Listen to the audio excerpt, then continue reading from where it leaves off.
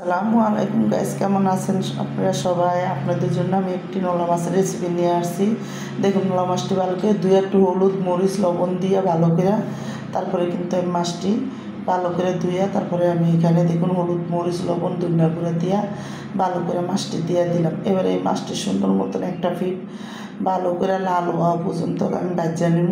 তো আমি সবটি মাছ দেখুন একসাথে দিয়ে দিছি, দিয়ে কিন্তু ভালো করে যখন একটা ফিট লাল হইব তখন কিন্তু আমি এই মাছটি উঠে দেবো। তো আমি একটু মাছটি কড়া করে করবো ভাজবো।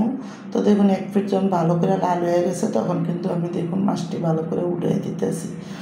তো উঠাইয়া সবটি মাছ উঠাইয়া তারপর ওই ফিটটা লাল হওয়া পর্যন্ত মাছটি ভাজা নেব। যখন মাছটি ভাজা হয়েছে মাছের তেলটা আমি কড়াইতে দিয়ে দিছি, দিয়ে কিন্তু দেখুন এখানে আধা কাপের মতন পেঁয়াজ দিছি, একটু পেঁয়াজটা বেশি দিছি।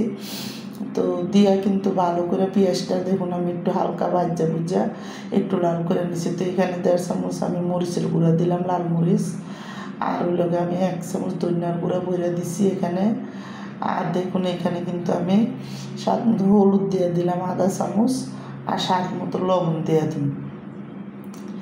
তো লবণটা দিয়ে এখন আমি এখানে মশলার ভিতরে পানি দিয়া আমি কিন্তু মশলাটা ভালো করে কষায় নেব।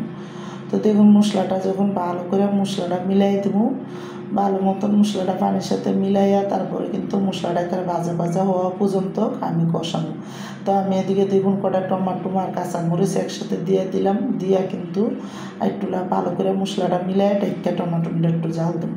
তো আমার এই টমাটো দিয়ে নলা মাছের রেসিপিটা যাদের পছন্দ তারা লাইক সাবস্ক্রাইব দিয়ে প্লিজ আমার ভিডিওটা আপনি বেশি বেশি শেয়ার করে দিয়ে না সাবস্ক্রাইব করে দিয়েন।